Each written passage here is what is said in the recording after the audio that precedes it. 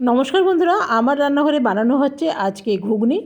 এটা আমরা স্কুল বা কলেজে যখন যেতাম না, তখন এটা আমরা খুব ঠেলা গাড়ি যখন ঠেলাতে করে বিক্রি করতো, আর এটা খুব খেতাম। আর এটা খুব বাজেট ফ্রেন্ডলি ছিল।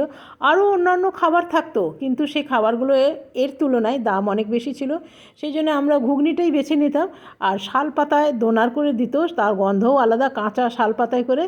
আর এই যে মশলাগুলো আমি ভেজেছিলাম, সেগুলো আমি গুঁড়ো করে নিলাম, দিয়ে এর মধ্যে দিয়ে দিলাম পেঁয়াজ বাটা, দিয়ে দিলাম জিরে আদা বাটা, দিয়ে দেখুন ঘুগনি আমার রেডি হয়ে গেল।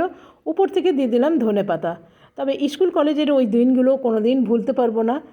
এতটাই ভালো এই ঘুগনি খেতাম। তবে এত সুন্দর করে সাজিয়ে দিত না, ব্যাস এই জল জল ঘুগনি দিত, তার উপর থেকে একটু পেঁয়াজ কুচি, তেঁতুল জল, তাহলেই হয়ে যেত।